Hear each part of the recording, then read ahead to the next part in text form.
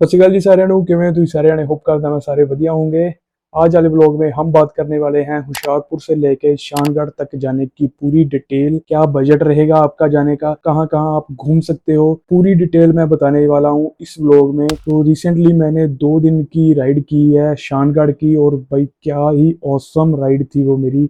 शानगढ़ जगह बहुत ही ज़्यादा पसंद आई है, इसलिए मैं एक ऐसी वीडियो बनाने जा रहा हूँ कि आप लोगों को पता चले, बेसिकली जो होशियारपुर के रहने वाले हैं उनको पता चले कि शानगढ़ भी ऐसी जगह है जहाँ पर आपको बहुत ही ज़्यादा शांति मिलेगी, बहुत ही ज़्यादा ग्रीनरी मिलेगी, हरे भरे पहाड़ मिलेंगे और वाटरफॉल तो अलग ही लेवल के हैं। जब मैंने ये शानगढ़ का व्लॉग बनाया था तो बहुत सारे लोगों का ये कहना था भी ये शानगढ़ जगह है कहाँ पर, हमें पूरी डिटेल वीडियोस चाहिए। तो इसलिए मैं ये वीडियो बना रहा हूँ पूरी डिटेल, जहाँ पर रोड कंडीशन से लेकर वहाँ का रहना सहना, वहाँ पर बजट क्या रहेगा, सारी डिटेल मैं इसी ब्लॉग में बताने जा रहा हूँ। सो एंड तक ब्लॉग जरूर देखना। सो जो पहली बार आए हैं मेरा ब्लॉग देखने के लिए प्लीज सब्सक्राइब जरूर कर देना, क्योंकि ऐसी वीडियो इन्फॉर्मेशन वीडियो और भी आने वाली है। सो शुरू करते हैं ये वाला ब्लॉग। और सबसे पहले रोड कंडीशन और वहां तक जाने के कितना किलोमीटर लगता है और कितने घंटों का रास्ता है वो बात कर लेते हैं। होशियारपुर से शानगढ़ 244 किलोमीटर है, 244 किलोमीटर है, जिसमें से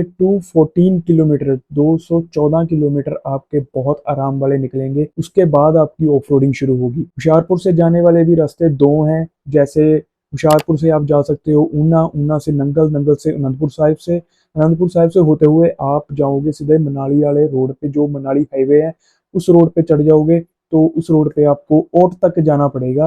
ओट से फिर आप सांच वैली जाएंगे। ये था ऊना और नंगल साइड से जाने वाला रास्ता। और दूसरा है होशियारपुर से गढ़शंकर, गढ़शंकर से अनंतपुर साहिब, अनंतपुर साहिब से सेम वही मनाली हाईवे रोड। तो ओट तक जाओगे। ओट से आपने रास्ता टनल वाला नहीं लेना है, ओट से आपने रास्ता सामने वाला लेना है जो डैम की तरफ जाता है। ओट तक मैं इसलिए बता रहा हूँ कि ओट में आपको टनल मिलेगी, मैं उसको ब्लैक टनल कहता हूँ, क्योंकि उसमें कोई भी लाइट नहीं होती, एकदम ब्लैक होती है, ना उसमें नेटवर्क आता है। तो उसमें उसको मैं ब्लैक टनल बोलता हूँ। तो वैसे वो ओट जगह है, वहां से आपका रूट एकदम चेंज होने वाला है। जैसे आप ओट से अगर पहले पहले वाला रोड देखोगे आप, तो वो 4 वे लाइन रोड बना हुआ है, और उस रोड पे आपकी स्पीड लिमिट भी होगी। 70 से 80 की स्पीड लिमिट में जाओगे तो आपका चालान नहीं होगा। अगर आप 80 से जैसे क्रॉस करोगे स्पीड अपनी, चाहे वो बाइक हो, चाहे वो गाड़ी हो, चाहे वो ट्रक हो, उसका मतलब चालान कटेगा कटेगा उस पे रोड पे। तो आप 70-80 की स्पीड मेंटेन करके जाना, आप भी सेफ रहना, औरों को भी सेफ रखना। ओट तक आपका रास्ता सही रहेगा। जैसे ही ओट से आप सांच वैली की तरफ जाओगे, सांच वैली आते वक्त ही जैसे ही आप शानगढ़ में जाओगे, तब रोड कंडीशन ठीक नहीं रहेगी, तब ऑफ रोड आएगा, गड्ढे भी मिलने वाले हैं रास्ते में। मैंने राइड की थी एक्सपल्स पे, लिटरली हम 2 जने बैठे हुए थे बाइक पे, और मेरी बाइक लिटरली नीचे लगी थी जब हम राइड कर रहे थे। और 2 जगह हमें रुकना भी पड़ा था, क्योंकि एक तो बहुत पीक पे है वो शानगढ़, और दूसरा रास्ता बहुत खराब है, मतलब बहुत टूटा फूटा रास्ता है। अगर आपके पास 4x4 गाड़ी है तो दिक्कत नहीं आने वाली। अगर आपके पास 2x4 गाड़ी है तो उसमें थोड़ी हल्की सी दिक्कत आने वाली है। जैसे अगर गाड़ी में 4 जने लोग बैठे होंगे ना, तो गाड़ी को मतलब चढ़ने में दिक्कत आएगी। उसमें से गाड़ी में से कुछ बंदे उतार कर फिर आप गाड़ी चढ़ा सकते हो। मतलब जिसको थोड़ा बहुत एक्सपीरियंस है हिल स्टेशन में गाड़ी चलाने का या बाइक चलाने का, वो ही शानगढ़ का प्लान करो। अदरवाइज आप आसपास जगह में जा सकते हो, जैसे जीबी वाला रोड भी काफ़ी अच्छा है, जो कि शानगढ़ से पहले ही आ जाता है। तो जीबी तक आप जा सकते हो, रास्ता वही है सेम। सो ये था रोड कंडीशन और कितने किलोमीटर। और अब बात करते हैं अभी कितना टाइम लगने वाला है वहां तक जाने का। 244 किलोमीटर, कम से कम 6 घंटे का रास्ता गूगल मैप बता रहा है, लेकिन मैं आपको बताता हूँ 7-8 घंटे आराम से लगने वाले हैं। 6 घंटे तो आपको बता रहा है गूगल मैप कि 6 घंटे लगेंगे अगर आप नॉन स्टॉप जाते हो। जैसे ही आप एक या दो जगह, कम से कम 2 ब्रेक तो लगेगी रिफ्रेशमेंट के लिए, चाहे आपने फ्रेश होना है, चाहे कुछ खाना पीना है, ब्रेकफास्ट करना है, लंच करना है, कुछ भी है। आप एक दो ब्रेक भी लोगे, 40-40 मिनट की अगर 2 ब्रेक हुए तो 2 घंटे एक एक्स्ट्रा ही ऐड हो जाते हैं। इसलिए मैं जब भी गूगल मैप पे 6 घंटे बता रहा है तो मैं 2 घंटे एक्स्ट्रा ऐड करके जरूर जाता हूँ। हमें भी पूरे 7.5 घंटे लगे थे होशियारपुर से शानगढ़ तक जाने का। रोड कंडीशन की बात आपको समझ लग गई होगी। तो अब बात करते हैं शानगढ़ में कौन कौन सी जगह घूमने लायक है। वैसे तो वहाँ 3 जगह हैं जो आप इजीली वहाँ पर एक्सप्लोर कर सकते हो। एक तो है बरशानगढ़ वाटरफॉल, एक है मेडो, जहाँ पर एक खुला मैदान है, वहाँ पर आप मतलब पिकनिक कर सकते हो, खाना पीने का लेके जा सकते हो। वहाँ पर एक मंदिर है जो शंचुल महादेव टेम्पल के नाम से है, वो एक्सप्लोर कर सकते हो। और एक चीज जो सबसे ज्यादा इम्पोर्टेंट है, वहाँ का सनसेट व्यू, ये मिस मत करना है, क्योंकि अभी तक मैंने जितने भी सनसेट व्यू देखे ना भाई, अब तक का सबसे बेस्ट सनसेट व्यू यहाँ मैंने देखा है शानगढ़ में। यहाँ से जो हमने सनसेट देखा ना भाई, मैं कहता हूँ अब तक का ना सबसे अच्छा सनसेट देखा मैंने, सबसे। अगर आप सुबह सुबह चलते हो तो आप 1-2 बजे तक शानगढ़ पहुंच जाओगे, जैसे हमने प्लान किया था। मैं वैसे बता रहा हूँ आपको, शानगढ़ में पहुंचते सार ही आप सीधे पहले बरशानगढ़ वाटरफॉल जाओ। सिर्फ 10 और 15 मिनट का ट्रैक है, ट्रैक पे जाओ। कुछ ज्यादा ट्रैक नहीं है, पत्थर वाला रास्ता है, लेकिन रास्ता ठीक है। मैं 2 बार गिरा था, वो मेरे शूज की प्रॉब्लम थी कि शूज मेरे स्लिप कर रहे थे ज्यादा, तो उसके कारण गिरा था। लेकिन वहाँ का 10-15 मिनट का ट्रैक, वाटरफॉल नेक्स्ट लेवल है भाई। वहाँ आप नहा भी सकते हो, वहाँ की फोटोज मतलब अल्टीमेट फोटोज आएंगी। वहाँ आप टाइम स्पेंड कर कर वापस आ जाना अपने रूम में, और फ्रेश होकर फिर निकल जाना सनसेट व्यू के लिए। वहां तक गाड़ी भी जाती है सनसेट व्यू के लिए। मैं तो यही कहूंगा, गाड़ी या बाइक से आप सीधे सनसेट व्यू पहुंचो वाटरफॉल देखकर, तो सनसेट व्यू का नजारा देखो भाई, मतलब इतना औसम सनसेट व्यू दिखता है। ये कुछ पिक्चर है जो मुझे वहां से मिली है।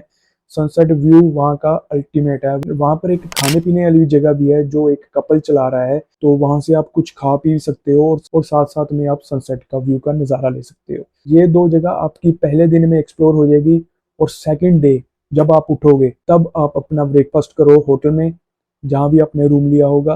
वहां से ब्रेकफास्ट करके सीधे पहुंच जाओ मेडो में, वहां का पूरा नजारा लो। वहां पर 2 मंदिर हैं, एक है शंचुल महादेव टेम्पल, जो ये ऐसा दिखता है, और एक टेम्पल और है, उसका मुझे नाम नहीं पता, जो दूसरा टेम्पल है जिसके साथ ये मेरी पिक्चर्स हैं।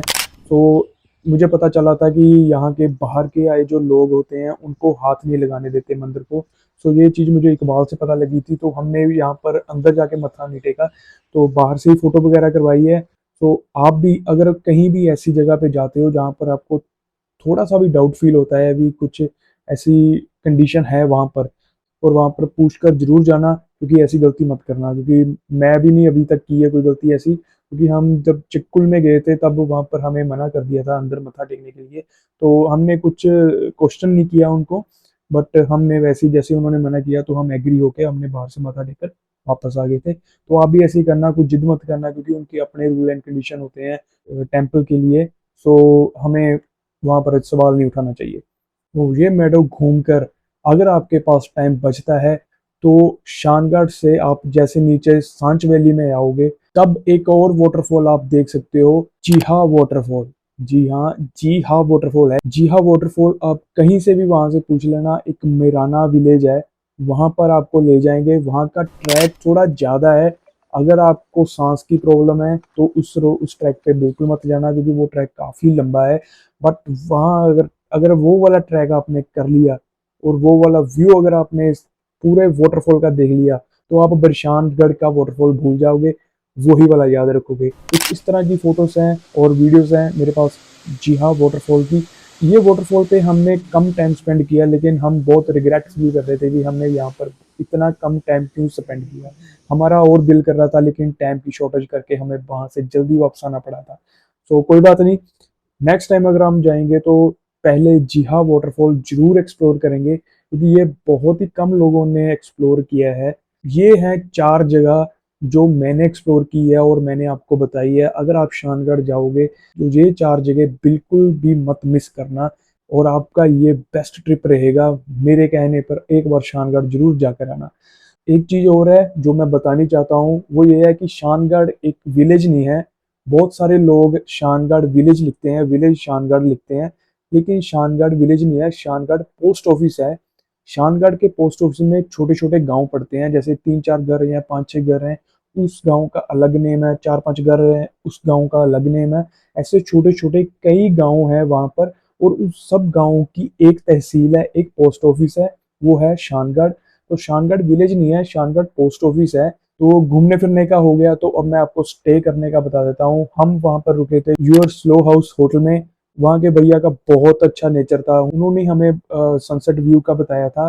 उन्होंने ही हमें बताया कि वहां पर एक मिल्की वे गैलेक्सी का भी व्यू दिखता है, जो सिर्फ उनके होटल से ही, यूर स्लो हाउस से ही अच्छा व्यू दिखता है। तो आपकी स्क्रीन पे भी नंबर शो होता होगा, होटल की पिक्चर्स शो होती होगी। तो जब भी आप जाओ इस होटल में जरूर स्टे करना, तो आपको गैलेक्सी का व्यू अच्छा दिख सके। सो ऐसी कुछ मिल्की वे गैलेक्सी के व्यू दिखता है इस होटल से। तो रात के 1:30-2-3 बजे के बाद ये व्यू दिखता है। और हमारा मिस इसलिए हो गया था क्योंकि उस टाइम बादल हो रखे थे और फुल मून था। फुल मून के कारण ये मिल्की वे गैलेक्सी दिखती नहीं है, क्योंकि मून की ही बहुत रोशनी होती है। अब मैं पर्सनली बताता हूँ कि मैंने क्या फील किया वहाँ पर। इतनी शांति, मेरी पर्सनली ना फेवरेट जगह थी ब्रॉड वैली, जहाँ पर बहुत ज़्यादा ऑफ बीट जगह है, कोई शोर शराबा नहीं होता है। लेकिन जब से मैं ना शानगढ़ से वापस आया हूँ ना, मैं मेरी माइंड में ना शानगढ़ ही घूम रहा है, क्योंकि शानगढ़ का रोड ही खराब है वहां तक जाने का। लेकिन अगर आप वहां पर चले जाओगे ना, लाइफ टाइम याद रखोगे भी हमने एक ऐसी जगह एक्सप्लोर की है। वहां पर इतनी शांति है ना भाई, इतनी शांति है। और वहाँ के लोग बहुत ही नाइस है, कॉपरेट हैं, आपसे बहुत ही अच्छे से बात करते हैं।